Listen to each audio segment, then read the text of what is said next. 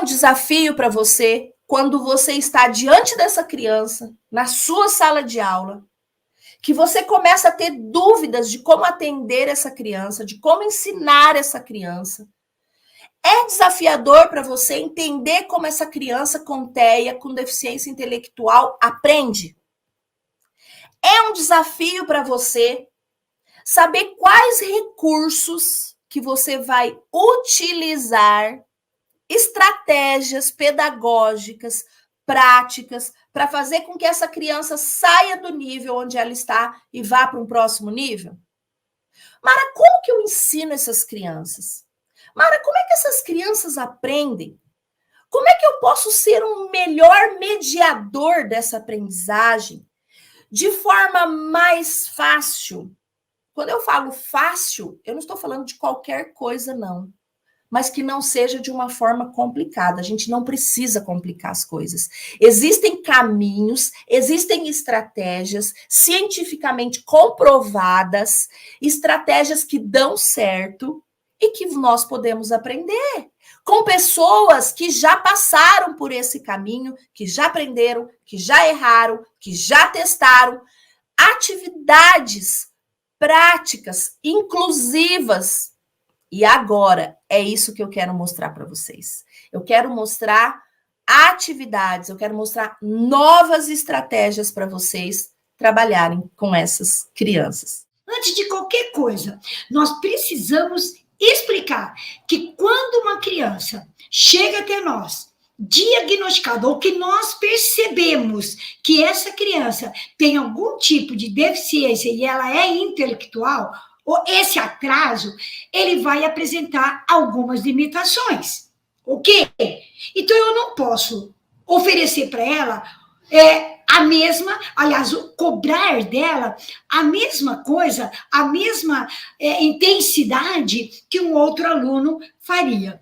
Eu digo sempre, olha, gente, quando eu fiz o curso de educação especial lá há muito tempo, a dedicatória, a frase inicial do meu trabalho é: nada é mais desigual do que dar oportunidades iguais para aqueles que não são iguais. Ou seja, eu posso dar o início, eu posso dar a partida. A partida pode ser para todos iguais, mas a chegada, os passados, vai depender de como essa criança vai estar estimulada, de como ela vai estar com o funcionamento intelectual dela adequado, como que ela vai estar com essa cognição dela ativada, ok?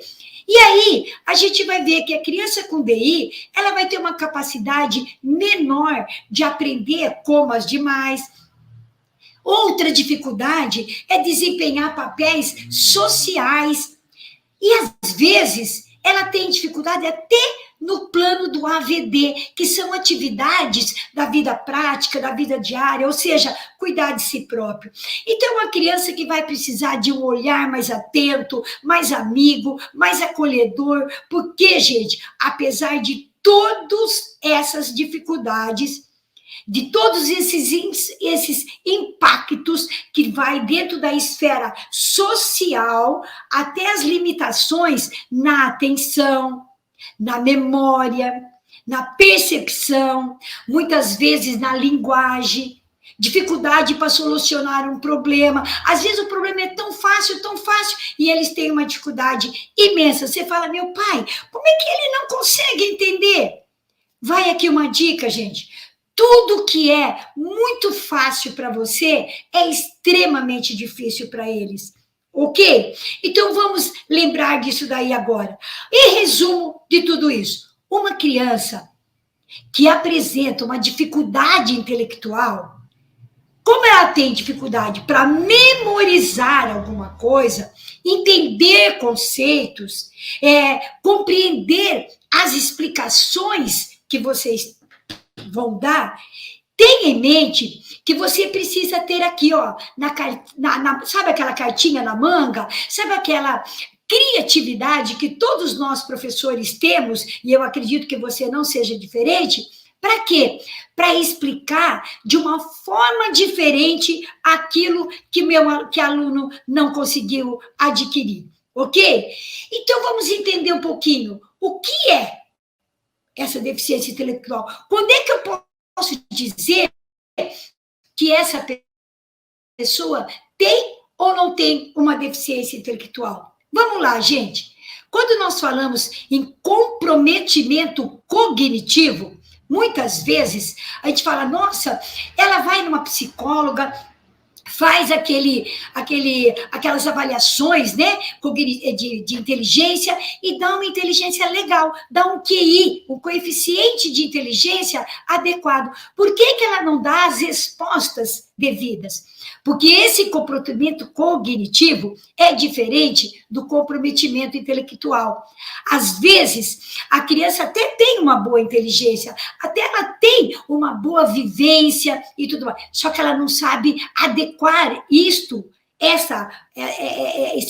esse comprometimento começa a ficar um pouco maior pela dificuldade que ela tem de resolver o problema, pela autonomia, pela criatividade. Entenderam? E aí sim, por conta disso, vai impactar muito dentro das habilidades que são adaptativas que a gente coloca, ok? E isso não pode acontecer. Meu aluno tem 10 anos, descobriu agora que ele tem uma deficiência intelectual. Ele tem 18 anos, descobriu-se agora. Não, ele pode ser descoberto agora porque o tempo todo ele foi cerceado. Ele foi negligenciado. Ninguém olhou para essa pessoa e disse, olha, vamos trabalhar diferente para que ele possa chegar a um determinado valor ali, ok? Porque esse comprometimento, ele vai acontecer muito antes. Às vezes, já nas primeiras fases da escolaridade, essa criança vai apresentar alguma dificuldade em estar dentro do meio onde ela vive. É uma fala infantilizada, né? É uma dificuldade no plano motor. Gente, vocês têm que lembrar que uma criança, ela não é só aqui, tá? Não é só cabecinha, não é só intelecto, não é só cognição. Uma criança que está ali na tua frente, que é teu aluno, que senta na cabeceira eu falo cabeceira porque é ali, ó, no pé da professora, que não detecta, que não consegue perceber tudo que está acontecendo em volta, ela tem um sentimento, ela tem uma motricidade, e às vezes as dificuldades que elas se encontram estão aqui, nas emoções que ela não consegue canalizar. Então, nós temos que saber que, de acordo com a Organização Mundial de Saúde, dentro da escolaridade, dentro do nível de escolaridade, onde nós estamos com os nossos alunos, 2% tem uma dificuldade, uma deficiência intelectual. Então, eu digo assim, meninadas e meninos, que tem muita gente aí que está me assistindo agora, partindo dessa premissa, partindo de tudo isso que nós vamos falar, eu penso, agora eu vou dizer da minha cabeça, que ao invés de nós procurarmos o problema, ou seja, o porquê que essa criança tem uma deficiência intelectual, o que veio acontecer, tudo bem, eu tenho que saber o que aconteceu, mas ao invés de eu ficar batendo na tecla do porquê, da origem desse problema, eu tenho que concentrar em respostas educativas assertivas, passar de nível, você está entendendo? E aí eu vou buscar que esse educando obtenha sucesso o mais rapidamente possível dentro da sua caminhada escolar, e que naquele ano, aquele aluno que é meu, eu digo meu, porque a gente parece uma galinha choca, né? Não pega aqui, eu posso falar mal do meu aluno, mas você não, tá certo? E aí eu vou fazer a diferença na vida dessa criança. O que acontece? Que hoje, atualmente, muitos professores têm tido muito essas manifestações de angústia, de incertezas, de dúvidas no que diz respeito à inclusão. Como é que eu vou atender o meu aluno que tem necessidade especial, educacional? Gente, porque criança especial, todas são, ok? Eu não tenho uma criança especial, todas são especiais. Só que algumas, elas precisam de um atendimento educacional diferenciado, específico, ok? É isso que vai diferenciar uma criança da outra, beleza? Entre essas incertezas que esses professores têm, e vocês têm, gente, e eu tive, e ainda tenho, quando chega para mim numa clínica, uma criança para eu trabalhar, professora, ela está no segundo, terceiro ano, e ainda não reconhece nem as letras do nome dela. Isso é uma deficiência clara, para mim, que ela tem algum problema. Entende? Só que eu vou a fundo, porque essas incertezas não podem ficar aqui. Eu tenho que caminhar. Sabe por quê? Aí é que tá. Eu busco práticas pedagógicas baseadas em comprovação científica. Por que eu tenho que me basear? Porque eu não posso jogar uma atividade e falar, faça, que vai dar certo. Eu tenho que comprovar, eu tenho que fazer. Ah, isso meu aluno vai entender. Então, eu vou fazer dessa forma porque vai dar resultado. E não pegar uma folhinha lá da internet, que é o que muitas professoras fazem, e eu tenho certeza que vocês não fazem isso, pega uma folhinha da internet, não tira nem o cabeçalho e nem percebe que as escritas que estão lá em cima não condiz com a atividade que está sendo apresentada. E aí não vai ajudar o aluno, pelo contrário, vai dificultar. Então, tudo isso, gente, vem com uma coisa muito importante que dentro do curso da neuropsicopedagogia que o Remo oferece, tem que é entender como é que o cérebro desta criança vai ser beneficiada por aquela intervenção que você está tentando fazer. Isso faz toda a diferença. Em que parte do cérebro eu vou atuar neste momento? Porque nós temos aqui, ó, uma caixa preta miraculosa. Eu falo que ela tem segredos, ela tem artimanhas que é muito difícil de reconhecer, a não ser que você estuda esta parte um pouco mais afinco. E o que o que diferencia um professor que estuda de um professor que apenas vai lá para dar aula, para chegar no final do mês receber o seu quinhozinho, que isso é muito importante, não tiro esse mérito, tá? É saber como que vai avançar este aluno na minha mão durante aquele ano. Quais são as principais características no desenvolvimento dessa criança? Quais são as principais? A primeira, gente, como eu acabei de falar, é o atraso no desenvolvimento. Normalmente, essa criança vai ter um atraso psicomotor, na linguagem, na comunicação, né? Ela vai ter uma dificuldade na interação social. Então, esse atraso no desenvolvimento tem tudo a ver, porque dificulta essa criança a ter um entendimento maior das coisas que estão lhe sendo oferecidas, ok? Outra grande característica, falei agora há pouco, eu vou tornar a falar, é a dificuldade nas atividades diárias. Gente, quando eu falo de atividade diária, são todas aquelas que permeiam a vida de uma pessoa.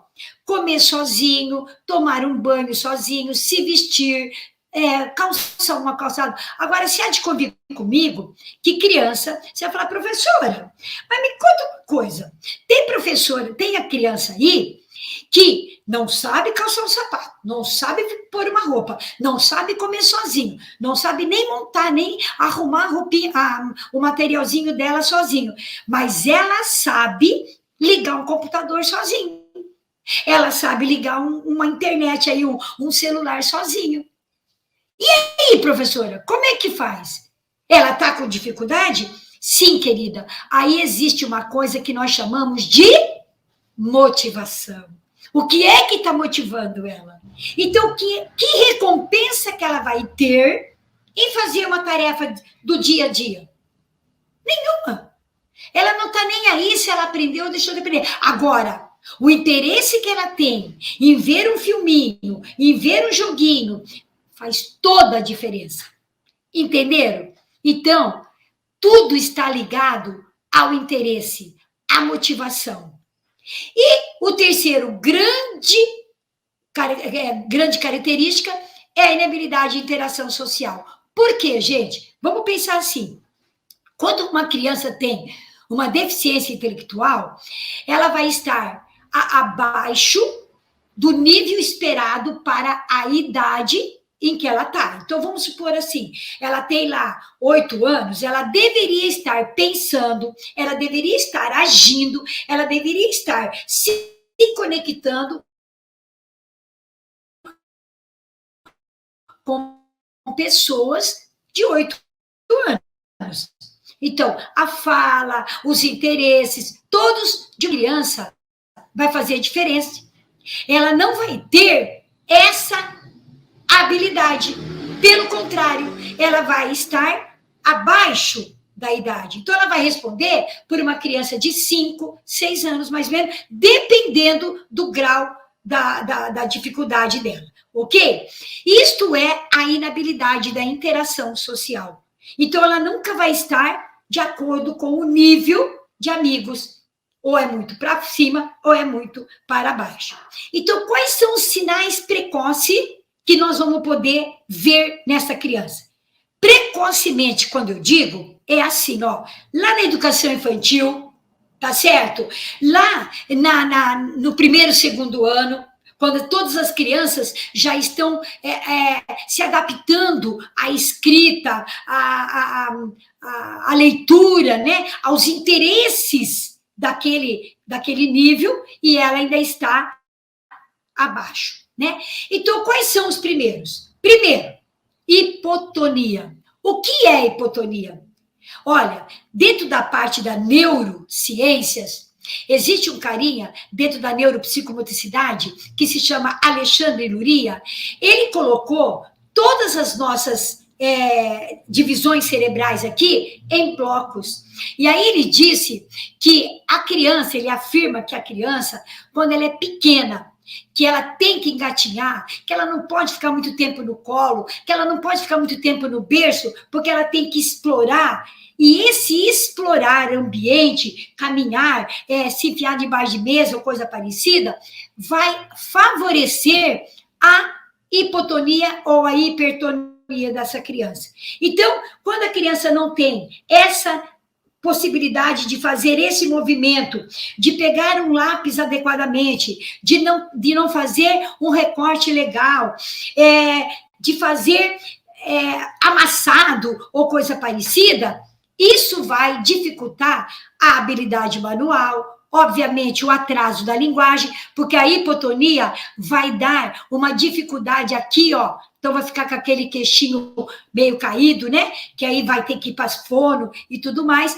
E se você não olhar com mais atenção, eu digo que essas crianças não vão mostrar, não vão fisicamente perceber, nós não vamos perceber que essa criança tenha. Porque quando a gente fala em deficiência intelectual, gente, o que nós pensamos? Síndrome de Down. Né? X frágil. Uma pessoa que fisicamente mostra para nós que ela tem uma dificuldade.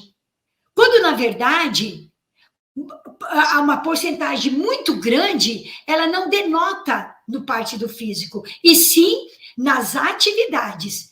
Então, não específico. O que é não específico? Não está na minha cara. Agora, específico, aquele que eu bato os olhos e vejo.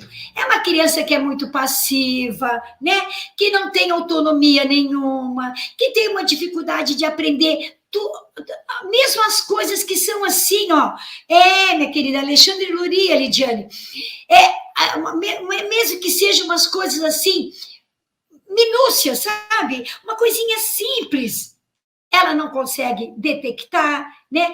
E são limitações visíveis. Quando todo mundo foi, ela ainda está pensando como é que ela vai fazer para ir.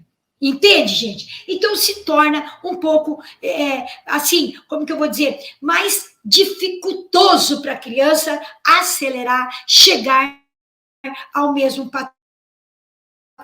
Mas aí, a deficiência intelectual, tanto para Vygotsky como para Piaget, eles colocam de uma forma diferente, mas chegando o mesmo denominador comum, ok? Então, que para Piaget, ele diz que a deficiência é uma estrutura cognitiva inacabada. O que significa isso? Ela sabe, ela tem competência, só que ela não sabe utilizar. Entende? Ela não consegue administrar aquilo que ela sabe. Então, ela pegou ali uma atividade qualquer e ela fala assim, eu sei fazer isso. Isso é fácil. A professora diz, então manda ver. Aí ela para e fala, o que é para fazer mesmo? De que jeito? A professora explica para mim de novo. Entende? É uma cognição. Ela não sabe como fazer, porque cognição significa eu encontrar um caminho para chegar a uma resposta adequada, ok? Para Vygotsky, ele já fala que tem uma dificuldade em coisas abstratas, mas se você parar para pensar, gente, olha só, nós também temos, às vezes, uma dificuldade de pensar algo que está longe do nosso pensamento. Nós temos que ver, nós temos que pegar, não é? Para Vygotsky, ele fala que o aprendizagem, ele gera um desenvolvimento. Óbvio, quando você aprende, você se desenvolve. E o meio onde você está também se é desenvolvido, porque você atua nele de uma forma mais categórica, mais prática. Todo mundo vê que você está fazendo. E aí ele combina com a ideia de Piaget quando ele diz que a ação do sujeito sobre ele próprio é que vai fazer a mudança no meio onde ele está. E isso vai favorecer o meio, que é o par, onde ele está, né? E ele vai conseguir se comunicar e ter uma prática mais efetiva quando ele faz... quando ele estiver dentro desse meio ali que a gente está acabando de dizer. Ok, gente? Então, são pensamentos que são escritos diferente, mas divergem somente na escrita e não na filosofia, né? na tomada de consciência de verdade aí. Agora, o que eu tenho que fazer? Eu tenho que trabalhar com essa criança. Mas para eu trabalhar, gente, eu tenho que entender como é que funciona esse cérebrozinho dele. Você sabe como o teu cérebro funciona? Você sabe como é o nosso cérebro? Porque, gente, o nosso cérebro, ele realiza imensas, milhões, trilhões de conexões. Quando a criança, ela é concebida, ela tem lá um grãozinho dentro da mãezinha que está gerando ela já está com trilhões de conexões neurais aí.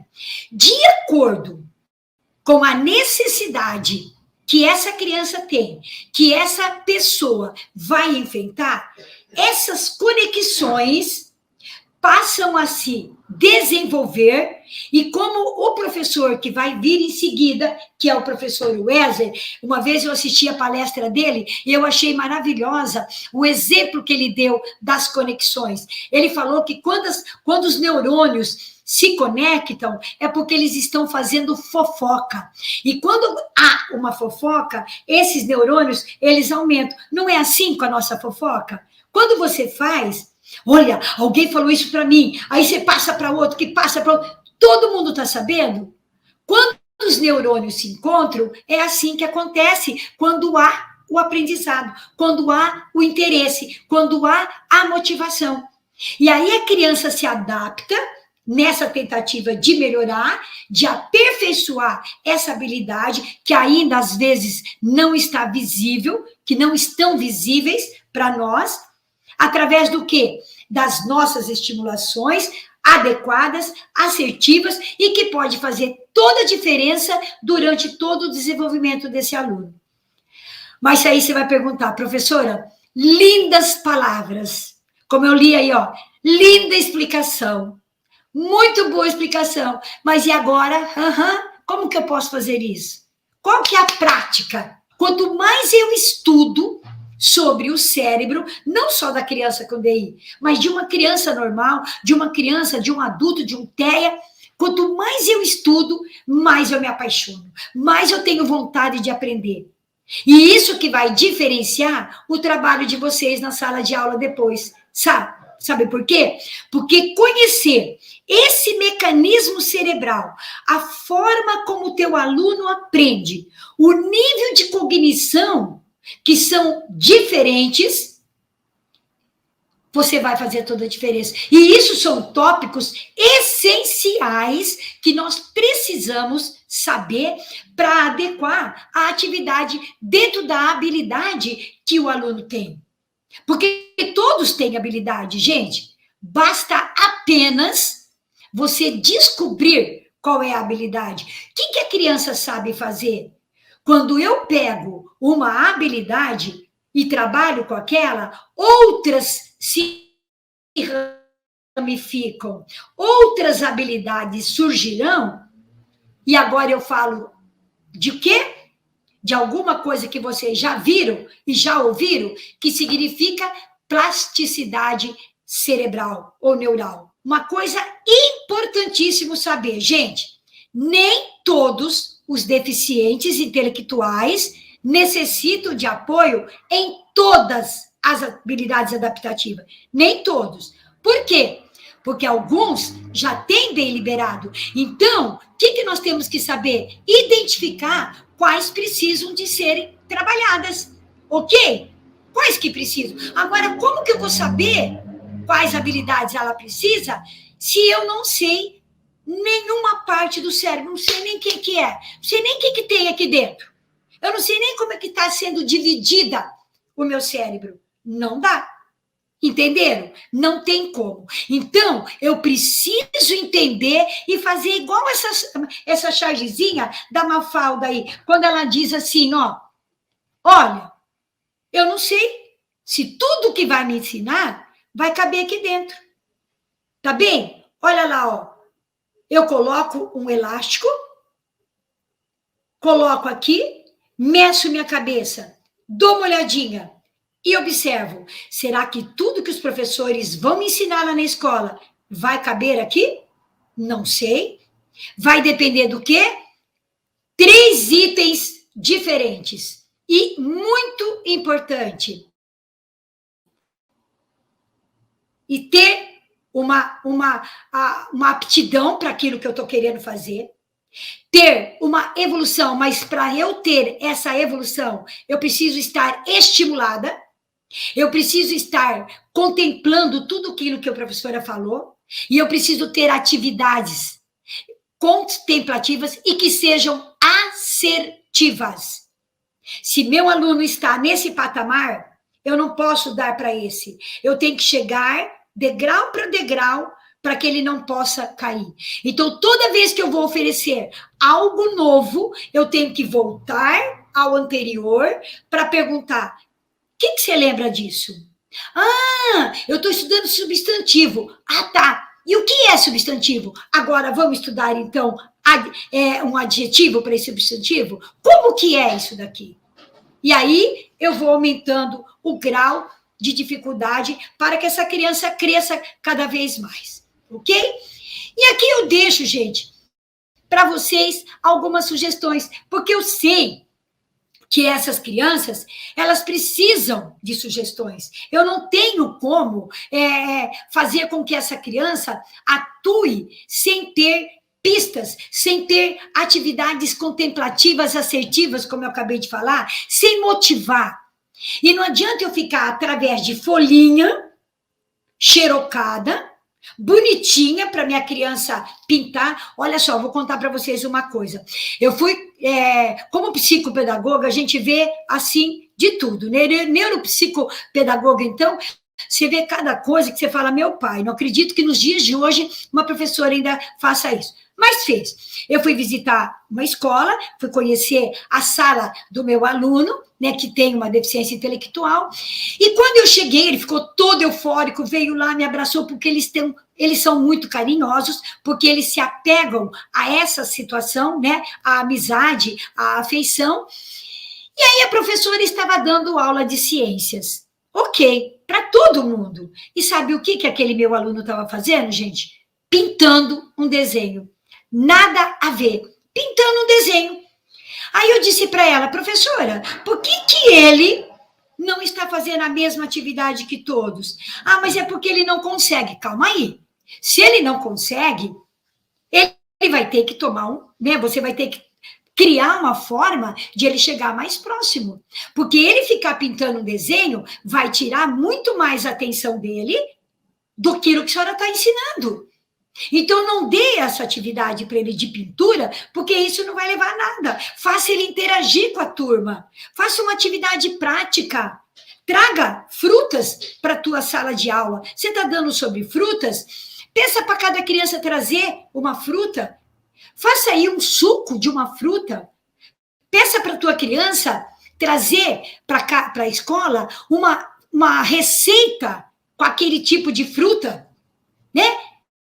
E monte um caderninho de receita, distribui para a tua escola, para a tua turma,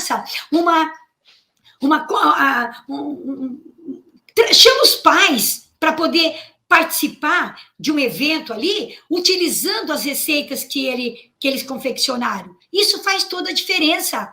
Você incluiu. Qual é a diferença de incluir? É isso aí. Não basta a criança ser minha aluna, estar ali na lista de chamada. Eu tenho que estar com ela o tempo todo, ok? Muito bem.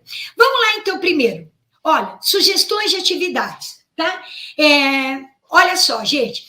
Tá vendo esse jogo aqui? Ele se chama Me Dê 3 Soluções. Isto aqui é uma caixinha, tá? Eu tenho várias caixinhas dessa. Ela se torna uma atividade, tá? Lúdica. Por quê? Porque é um jogo e aqui dentro você vai ler a atividade, a palavra que está aqui, você vai ver e você vai fazer com que a tua criança interprete e dê 3 soluções para o problema que está aqui. Por exemplo, estou com sede. E agora, se eu estou com sede, o que eu faço? Deixa a tua criança te dar 3 soluções. Se eu estou com sede, eu busco onde tem água. Se eu estou com sede, eu peço para minha mãe trazer um copo d'água. Vamos pegar uma outra aqui, ó. Tudo começou a girar. E agora? Então, nessa caixinha, gente, ela tem 50 exercícios para que você possa trabalhar a dedução lógica. Ou seja, para fazer com que essa criança tenha autonomia para responder algumas questões. O outro que eu vou colocar é essa que está aí da caixinha amarela. Vocês estão vendo aqui, ó? É a da Mônica. A turma da Mônica, ela é muito bem requisitada, ela é muito bem vista pelas nossas crianças, entende? Então, é gostoso que todo mundo conhece os personagens. E aí você vai pegar... Não precisa que a criança saiba ler, entende? Não precisa. Basta ela olhar a figura e você ler para ela. Olha lá, ó. Magali está se sentindo desconfortável. Por que será que ela está se sentindo desconfortável? Aliás, o que é desconfortável? Ah, desconfortável é estar muito mal. Mas por quê? Será que é porque a mamãe dela está brava? Ou porque ela comeu toda a comidinha que tinha sobre a mesa? Isso é dedução lógica. Isso tem que ajudar o meu aluno a chegar a essa resposta. Olha só, Magali sabe que é Páscoa. Por que será que ela sabe que é Páscoa? O que está acontecendo aqui? Entenderam, gente? Então, aqui você vai encontrar vários personagens da Mônica, inclusive aqueles personagens novos que ele colocou como inclusão. E a outra caixinha é essa que diz: onde está o absurdo? Aí você diz assim para você, né? Ô, professora, mas isso aqui, ó, eu tô vendo que um elefante não consegue escorregar. Você está vendo. Você percebe isso, mas o teu aluno pode não perceber, tá? Você percebe que uma árvore não pode dar calçados, que árvore é para dar frutos, flores, sombra, mas o teu aluno pode não perceber esse absurdo aqui. Ele pode não perceber que, ao invés do Papai Noel estar aqui, tá vendo? Quem está aqui é um coelhinho. E não é mais do Natal, e sim da Páscoa. Entenderam? E aí você tem jogo de memória, né? A frase maluca, você vai falar: Maria foi para a aula de balé com as suas chuteiras. Peraí, se ela vai para a aula de balé com chuteira, tá correto? Não. Mas você não pode dizer para a criança, você tem que falar para que ela perceba essa diferença. Isto que a gente chama de frase maluca, para que ela possa perceber isso aí. Atividades de prática de dobradura, gente, de músicas, de rimas, coreografia, para que eu possa incluir esta aluna. Tá legal? Gente, olha, jogo de memória de preferência, que você faça jogo de memória que seja grande.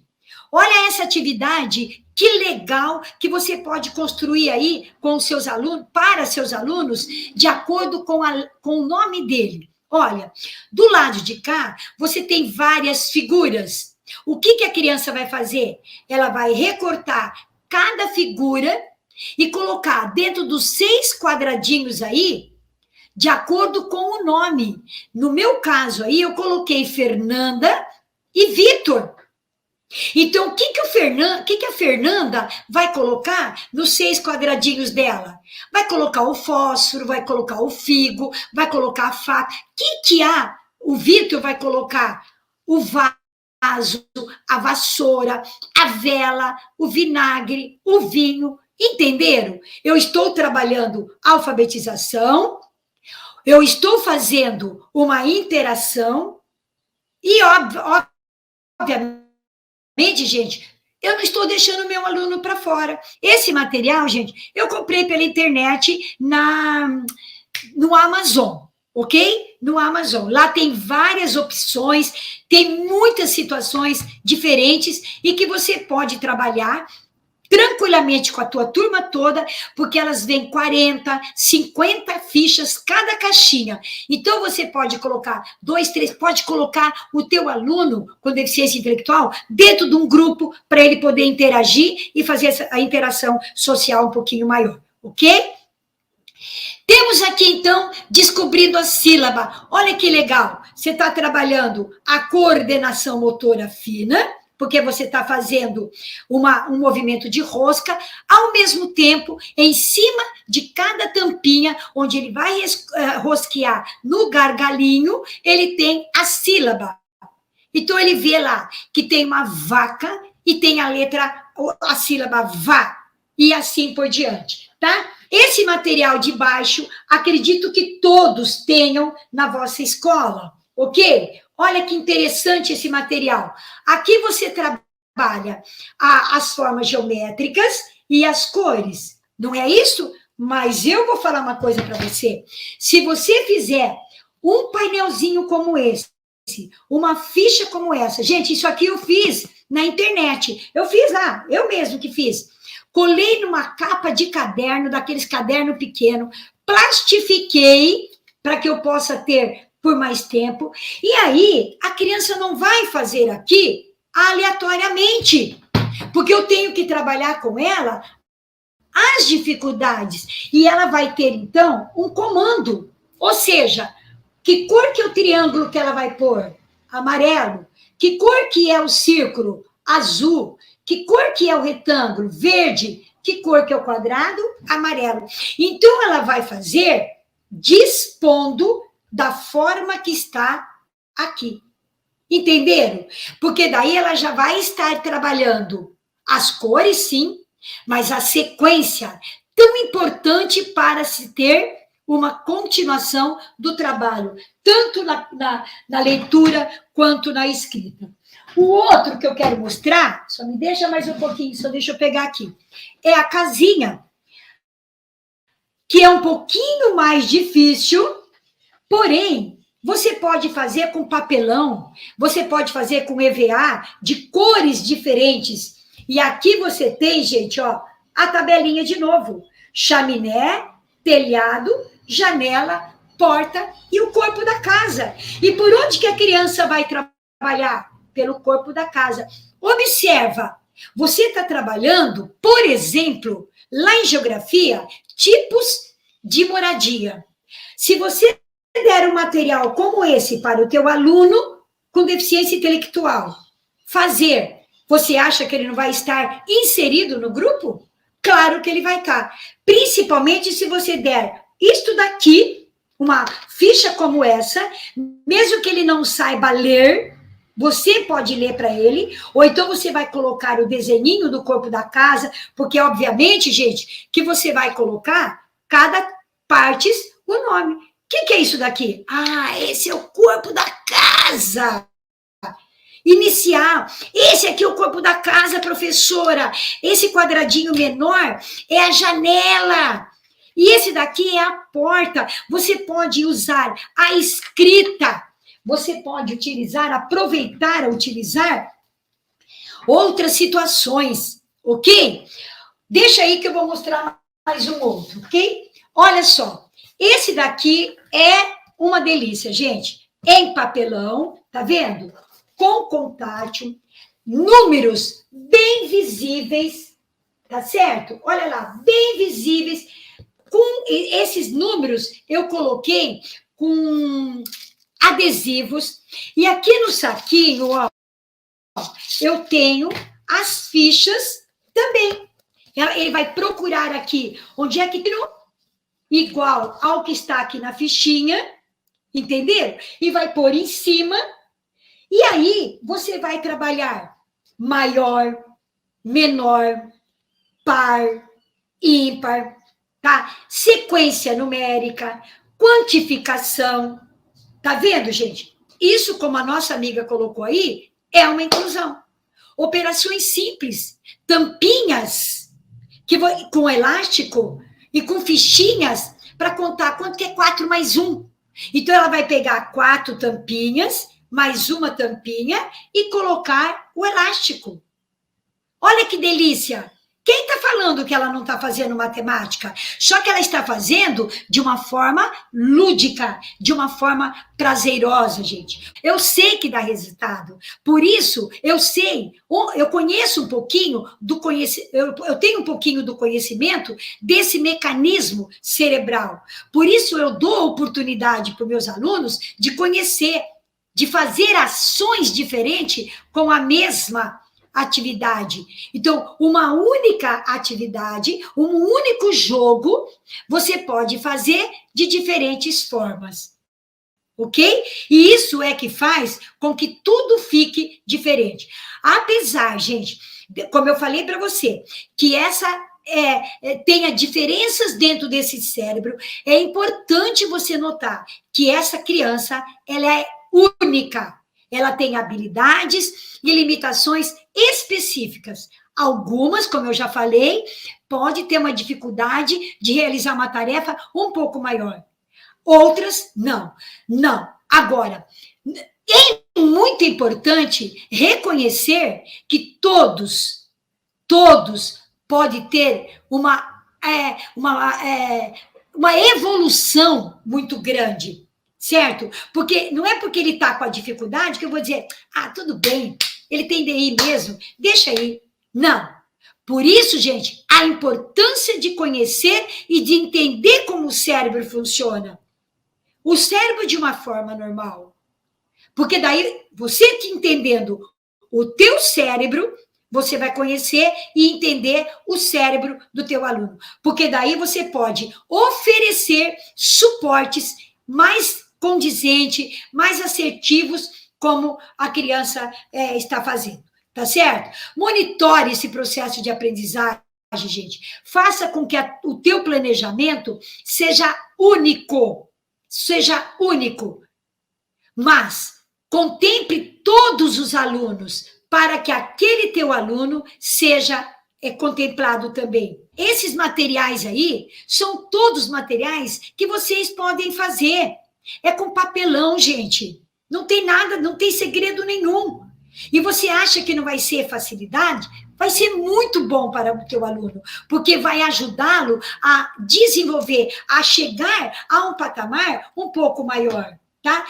Esse material aqui, ó, ele é para formar números. Lá em cima tem tampinhas com números até 5. Então, de acordo com a cor da tampinha, ele vai colocar aqui. E daí ele vai montar o número através do algarismo que ele vai rosquear, ele vai trabalhar a cor, e aí ele vai trabalhar onde que aquele número está. Em que situação que ele está? Unidade, dezena, centena, aí eu coloco no meu material até unidade de milhar, porque, obviamente, eu trabalho esse material com outras crianças também. Este daqui é uma comprinha. Olha que legal. A criança não sabe... Para com aquela mesmice. Para não, gente. Não é que é parar. Modifica aquilo de você fazer um círculo e colocar lá 3. E pedir para a criança desenhar 3 objetos ali dentro.